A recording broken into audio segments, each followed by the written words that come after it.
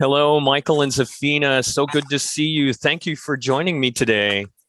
Yeah, our pleasure. Nice meeting you too, Tim. Oh, absolutely. And I'm so glad we were finally able to come together and have this conversation.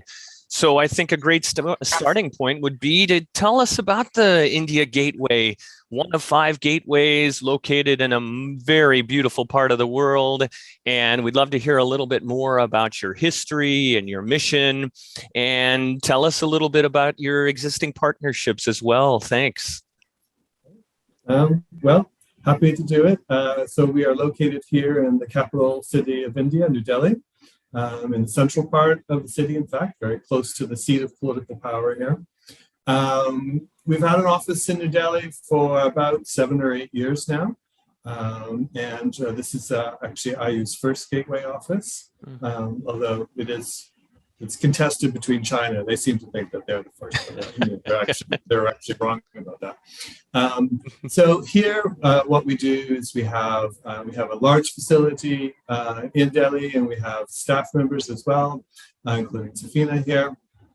And the main mission of the office, which was formulated really under Vice President David Zare, former Vice President David Zare, and former President Michael McRobbie, was to find ways to bring Indiana to the world and the world to Indiana. So what we do is we create or help to create partnerships and research programs for IU faculty with partners and collaborators in India. So that would include scientists, people who are working in the arts and humanities. And basically, we try to create kind of forms of synergy so that people can work together on joint projects, learn from each other, and this sort of thing. So this has been very successful. We've done this with a lot of faculty members, including faculty members who've never had any kind of exposure or really, a lot of interest in India before. Right.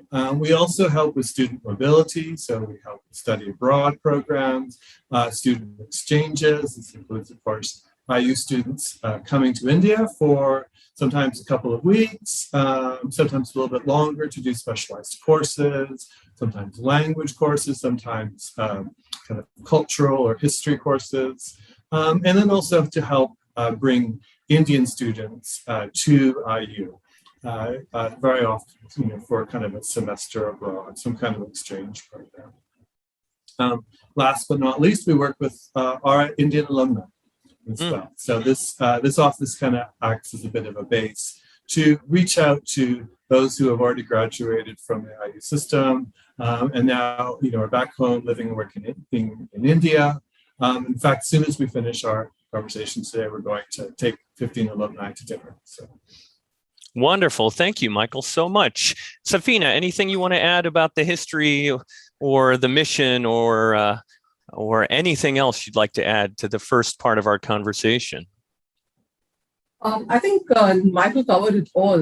But I would also like to add that I joined in October 2019, and 6 months down the line, India was on a lockdown, and that was a huge challenge that we faced. And I'd love to talk about that, how we sort of worked around, still, working on our mission to reach out to the world and bringing, Indian students onto the IU campus and giving them that exposure and continuing our work. Great, thank you. And I think that is a very appropriate next question to talk about the direction of your work through the pandemic, through this ongoing global disruption. What do you feel you've learned working through all this, Zafeena, and how are you applying those learnings to moving forward? So I think one of the major shifts that's happened is the whole acceptance of the virtual platforms, which I would say was not earlier that smooth in India. But now I think from schools to colleges to faculty, all of them at different levels have been, sort of coerced into using virtual platforms to sort of communicate, to reach out and continue our work, right? So I think IU India has also adopted and these platforms to sort of reach out and continue our work. The initial start, I would say, was slow, but then I think it gathered momentum, and we've really learned that this has also worked to our advantage, where we've been able to diversify the population that we're able to reach out to underserved areas, tier 2 cities. So our reach has also actually expanded, to a larger cross section of Indian students and faculty and institutions. Fantastic. It sounds like a little bit like what we've experienced here stateside, right? We realized that we can do this. And in fact, there's been some great takeaways from having this added tool. When you think about your impact, right? I love to talk about impact and measuring impact because, that's our mission as institutions of higher learning, as we look at our relevancy as we're helping our constituents and all those involved in our relationship. Let's talk a little bit about impact points for the IU India Gateway office, both locally and throughout India. I'd love to hear your thoughts, Michael, about the impact that you're having and that you hope to have.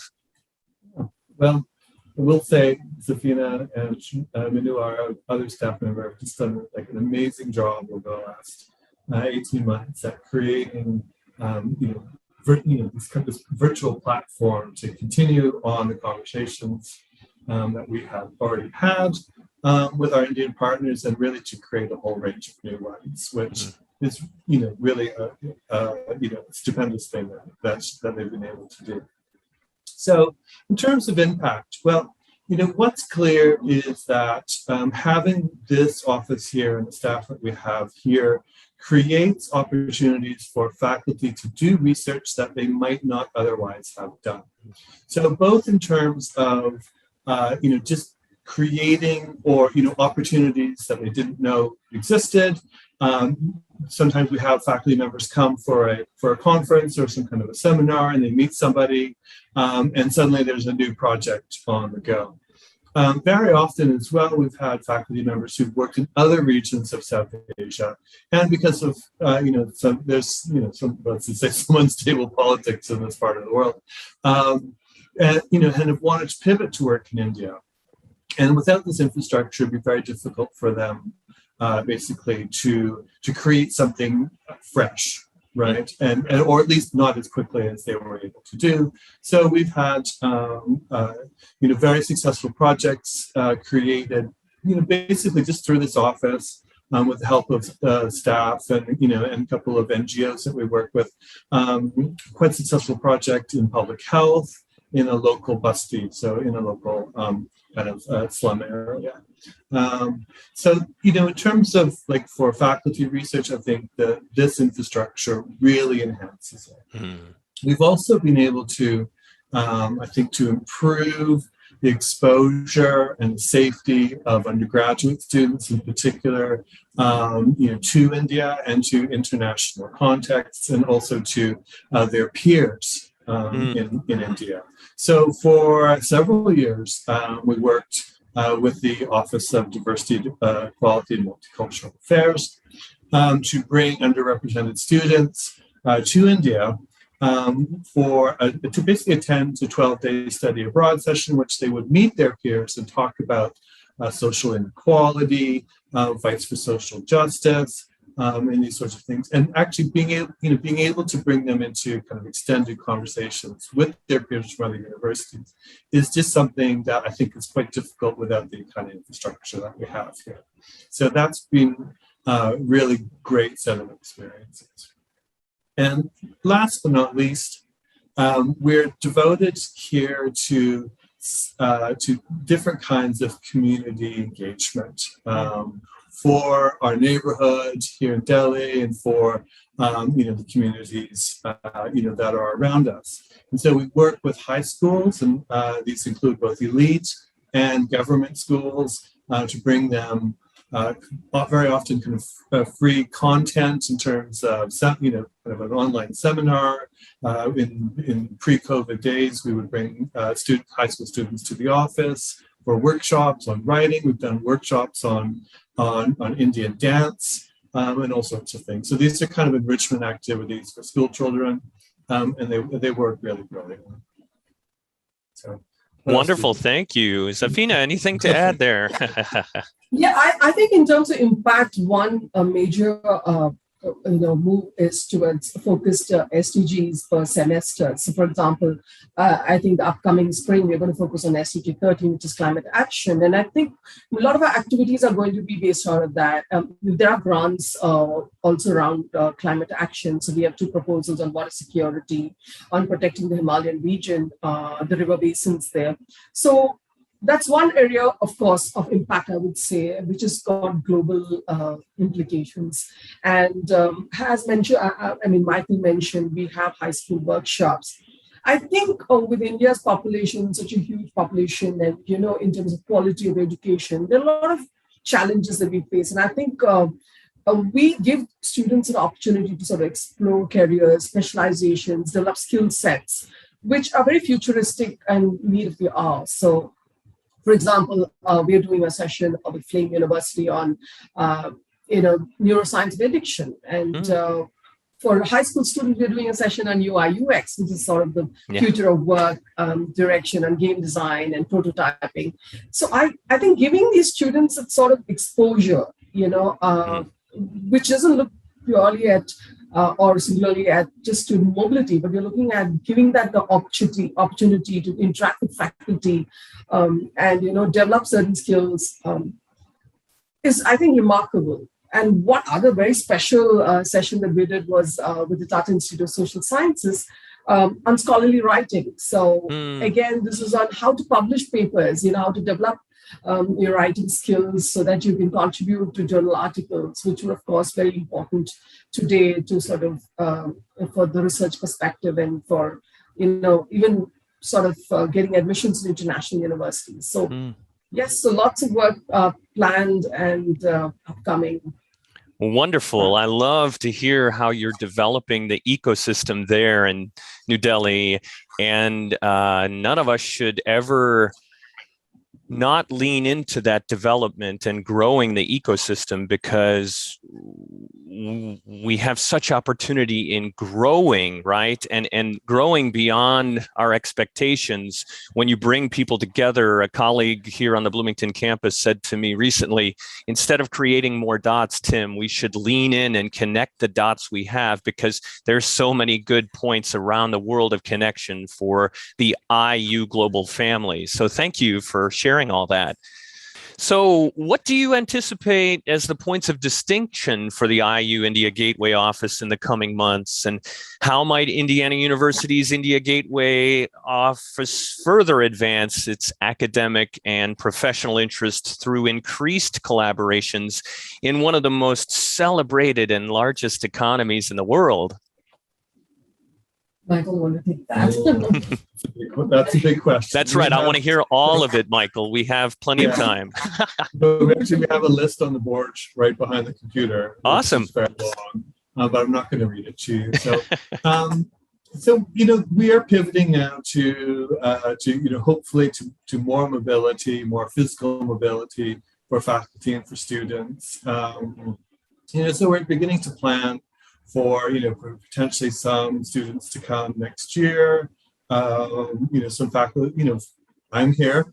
This is my second trip in as many months. So we're hoping to get more faculty members over. We have someone from Kelley School of Business coming in a couple of months. He's coming next month.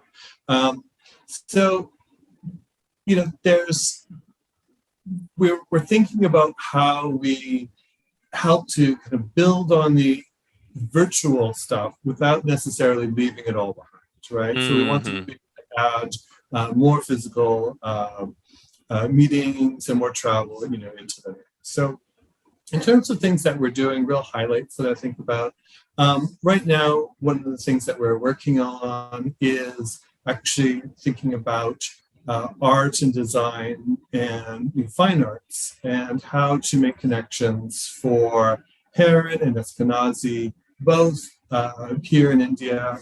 So we're trying to think about working with the National Institute of Design. This is something that's just beginning, but thinking again about how design, both as fine art, but also as kind of more kind of applied design, both through computer science and engineering and other forms, how we can collaborate between some of the really excellent schools that are here in India, and some of the younger programs that we have, in particular on the Bloomington campus. So that's one thing that I think about, as well, and just looking forward to coming here a lot more often, I suppose, as well. What do we have coming up in terms of events? So yeah, as I mentioned, we Yeah, have our upcoming UI UX design workshop, as well as our neuroscience and addiction workshop. I'm looking forward to that. And we have a lot of students who signed up. And it's quite interesting to sort of work faculty develop these topics. We're also having a session, which is a virtual session with the University of Toronto and Hamilton Lugar on social media with Opijindal coming up in mid-November. So yes, a lot of international global conversations on very relevant topics. I think I would like to add to what Michael mentioned about, how we would like to see, ourselves going forward. So I think definitely virtual is there to stay now. And I think people are still getting used to the fact that now you have to go back to office and physical spaces and they have to confirm whether it's a physical meeting or a virtual. Yeah, exactly. So I think virtual is there to stay, and definitely it's going to be more challenging to have hybrid events. But having said that, we would love to reach out to a wider audience and, through these new inventive ways to reach out. Absolutely. And we'll take you up on that, Zafeena, with the next worldwide roundtable discussion, right? Yes, that's right. We're connecting with many more alumni too. So sounds great. And I too, the few events that we've had in a hybrid way over these last few weeks, the feedback was very positive that we would offer as many touch points to get at the activity, to engage with the individuals.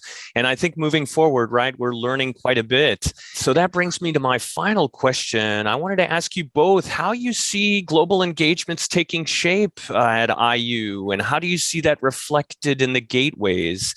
What do you think will stay the same as we move forward, and what will change?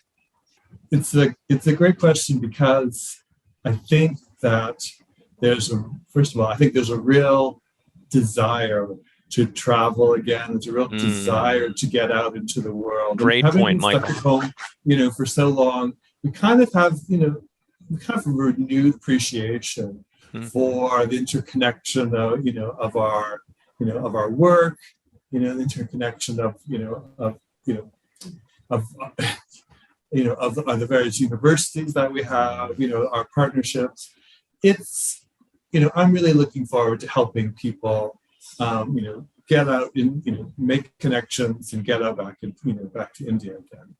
So the gateway system has proven over the last 2 years to be incredibly resilient and also incredibly important for the university, I think. In some ways, we do so much more than the fact that we did just 2 years ago. And a lot of faculty and students have come to rely on the system for making connections, for student recruitment, for reaching out to alumni, for thinking about also for formulating, for example, these global classrooms, these joint classrooms that we do. Which basically allow a faculty member in Bloomington or in Indianapolis to have a partner at a university in India, in which the classrooms may not meet at exactly the same time given the time difference, but the students work together on certain kinds of projects. So all of this is really enabled and made so much easier, with the presence of this system in place. So I'm really excited to see what happens next, because, as we both said, I think virtual is going to remain a reality for all of us. But I think that now what we're going to be doing is thinking about how to make this virtual platform really serve the interests of, much more substantial international engagement. right? And I think students are going to be more excited to get out into the world, and that's nothing but a good thing. Absolutely. And I'm excited as well, because I think when we do step out into the world, we learn so much from one another, right? Yeah, absolutely.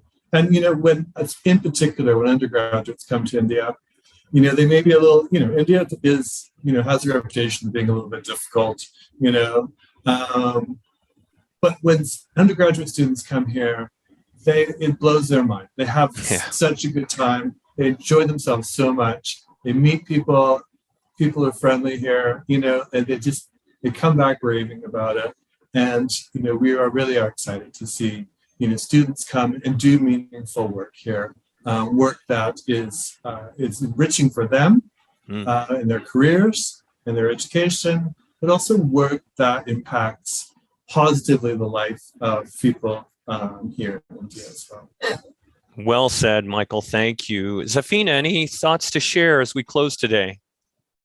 Yeah, so what I would like to add is that India and US has been historically very strong allies, right? Mm-hmm. So there have been a lot of common areas of interest where they would like to work together, whether it's climate, whether it's defense, whether it's a lot of areas. There are grants proposals that do come out. So I think these are all opportunities that IU could sort of take up and, sort of work to submit joint proposals with Indian institutions to sort of have a very robust exchange of knowledge and also contribute to the good. So, for example, for COVID, we had the IU India, Science and Technology Forum grant for COVID genome sequencing. So these are all pioneering work and collaborations that we look forward to working on, which has been really successful, and we look forward to collaborating with institutions on other topics which are relevant globally. So yes, all faculty, Indian faculty, as well as US faculty watching this at IU should definitely get in touch with us to sort of connect and learn more about our work, as well as making inroads into India. Well, wonderful opportunities in India being facilitated by each of you and your office. Thank you so much for your time today and your thoughts shared with us. I also want to thank you for what you're doing on behalf of Indiana University. Our pleasure to be here. Well, I Thank wish you you, for having us. of course, my pleasure. And I wish you a wonderful alumni event this evening. Thank you for spending your evening with us. Thank you. Okay, look forward to our next discussion. Bye. Bye. Bye-bye.